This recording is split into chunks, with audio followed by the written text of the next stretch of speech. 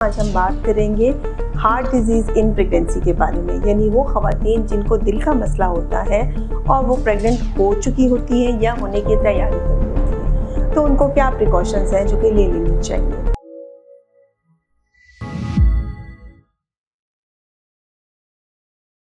बिस्मिल्लाहिर्रहमानिर्रहीम, अस्सलाम वालेकुम। अच्छा, अब इसमें सबसे पहले तो हम उन ख़वातीन की बात करेंगे कि जो अभी प्रेग्नेंट नहीं हैं और जो प्लान कर रही हैं और उनको कोई हार्ट का प्रॉब्लम है। अब हार्ट की बहुत सारी प्रॉब्लम्स होती हैं। कुछ लोगों को दिल का कह लें कि सुराख उनका वो तंग होता है, इनके वैल्व्स जिसको कहते हैं वो तंग होता है। कुछ लोगों का काम नहीं कर रहा होता, कुछ लोगों की ओवरऑल जो हार्ट की पंपिंग पावर है वो कम हो जाती है। कुछ लोगों पे हार्ट का लोड बढ़ जाता है, वो हार्ट फेलियर्स में होते हैं, कुछ वो इस तरह के लोग होते हैं। ठीक है, सो डिफरेंट डिजीज़ होती हैं हार्ट की, डिफरेंट तरीके से वो अफेक्ट हो सकते हैं।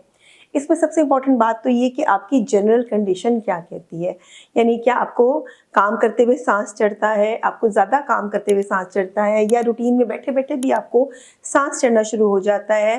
तो ये हार्ट की सवेरिटी को इंडिकेट करती है, यानी कितनी सवेयर डिजीज़ है। तो सबसे इम्पॉर्टेंट बात तो ये कि जब कभी भी आप प्लान कर रहे हैं तो पहले आप अपने हार्ट स्पेशलिस्ट से मिलिए।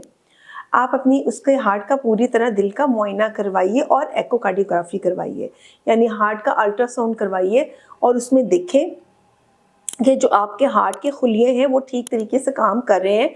आपकी जो एक चीज़ देखी जाती है इजेक्शन फ्रैक्शन, हार्ट की पावर जो कह लें कि खून पंप करने की जो पावर है वो कितनी ज़्यादा है, आपका हार्ट कितना लोड बर्दाश्त कर सकेगा, दिल के सुराख कितने तंग हो चुके हैं या ख़राब हो चुके हैं, क्या आपके जो वेल्स रिप्लेसमेंट हुई है, कोई इसमें जो है और सर्जरी हुई है, तो उसकी इवैल्यूएशन पहले मुकम्मल तौर पर ये इवैल्यूएशन की जाती है। दवाइयों को देखा जाता है, जैसे बहुत सारी दवाइयाँ ऐसी हैं जो कि हार्ट पेशेंट्स की प्रेगनेंसी में हम कंटिन्यू कर सकते हैं, लेकिन कुछ को हमें चेंज करना पड़ता है। कुछ ब्लड प्रेशर्स की ऐसी दवाइयाँ हैं जिन्हें चेंज किया जाता है, सो वो रिव्यू करना बहुत ज़रूरी है।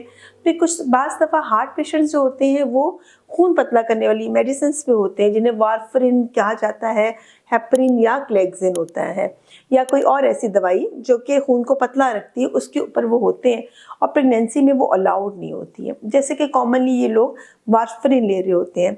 अब वारफरिन एक ऐसी दवाई है जो आप टैबलेट्स की फॉर्म में आप खा रहे होते हैं, लेकिन वो बड़ी अच्छे तरीके से आपका प्रेगनेंसी के अलावा कंट्रोल रख सकती है, खून को पतला रख सकती है, जिसकी वजह से खून जमता नहीं है। उसमें बहुत अच्छा काम करती है, लेकिन प्रेगनेंसी में वो ख़तरनाक होती है, स्पेशली शुरू के टाइम में फर्स्ट ट्राइमेस्टर के अंदर अगर वो ली जाए तो बच्चे में एबनॉर्मेलिटीज़ पैदा हो जाती हैं जो कि खासी ज़्यादा होती है। उसको दिल के मसाइल हो सकते हैं, उसका चेहरा ख़राब हो सकता है और बेशुमार हड्डियों के मसाइल हो सकते हैं, बहुत बेशुमार मसाइल होते हैं। तो ऐसे पेशेंट्स जो कि हार्ट पेशेंट्स हों और जो कि खून पतला करने वाली मेडिसिन जैसे वाफरिन पे हों, उन्हें शिफ्ट कर दिया जाता है दूसरी मेडिसिन के ऊपर, specially during the first trimester.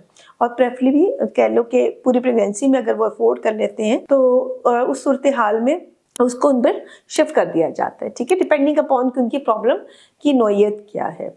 अच्छा, अब इसमें जो दूसरी अहम बात जो करने वाली हूँ मैं, कि जब आपने एक दफ़ा अपनी इवैल्यूएशन करवा ली और आप प्रेग्नेंट होना चाह रहे हैं तो आपको मॉर्बिडिटीज़ को देखते हैं कि अच्छा इसके साथ शुगर, ब्लड प्रेशर है, कोई किडनी का मसला है, कोई और जो प्रॉब्लम होती है उसको भी कंट्रोल करना बहुत ज़रूरी है।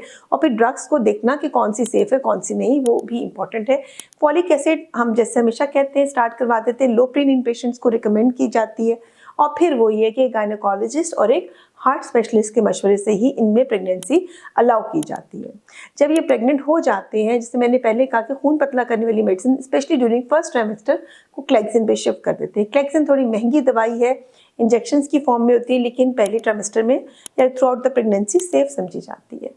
उसके बाद अगर पेशेंट बिल्कुल अफोर्डिंग नहीं होता या उसमें मेटालिक वेल्व्स होते हैं तो फर्स्ट ट्राइमेस्टर के बाद उसको अगेन वारफरिन पे शिफ्ट किया जा सकता है। और जैसे ही उसकी डिलीवरी का टाइम करीब आता है तो उस टाइम के अंदर जो है दोबारा से उसको क्लेक्सिन पे शिफ्ट कर दिया जाता है, जो कि वारफरिन अपना असर ख़त्म करने में उसको टाइम लगता है, जबकि क्लेक्सिन अपना असर जल्दी ख़त्म कर देती है। तो ब्लीडिंग में प्रेगनेंसी की डिलीवरी के टाइम ब्लीडिंग का रिस्क कम हो जाता है।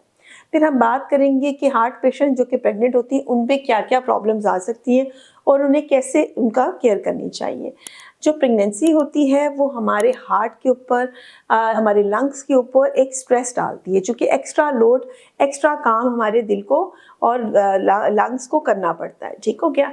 सो ऐसी सूरत हाल में क्या होता है कि उस एक्स्ट्रा लोड को उठाने के लिए पेशेंट को तैयार किया जाता है, जिसमें एनीमिया की करेक्शन बहुत इंपॉर्टेंट है, यानी उसका हीमोग्लोबिन लेवल जो है वो बहुत अच्छा होना चाहिए, ताकि ये कि हार्ट के ऊपर लोड कम से कम रहता है। फिर उस तरह उसकी जो फिजिकल एक्टिविटीज़ है, जो काम कर रहा है, उसमें भी उसको हेल्प चाहिए होती है, वो अपनी रूटीन के काम शायद ना कर पाए। रेगुलर असेसमेंट्स हैं, रेगुलर चेकअप्स होते हैं, वो भी करवाई जाती है। ट्राइमेस्टर वाइज वास्तव हम रिकमेंड करते हैं कि हर 3 महीने बाद एक दफ़ा असेसमेंट हो जाए, ताकि ये पता चल जाए कि दिल पर बहुत ज़्यादा बोझ तो नहीं आ रहा और पेशेंट प्रेगनेंसी को अच्छी तरीके से गुजार रहा है। अगर माँ के अंदर जेनेटिक प्रॉब्लम है, यानी ये कि बचपन से ही उसको ये प्रॉब्लम चल रही है, तो बच्चे की इकोकार्डियोग्राफी भी रिकमेंड की जाती है, ताकि देखा जाए कि बच्चे में ये प्रॉब्लम तो नहीं है।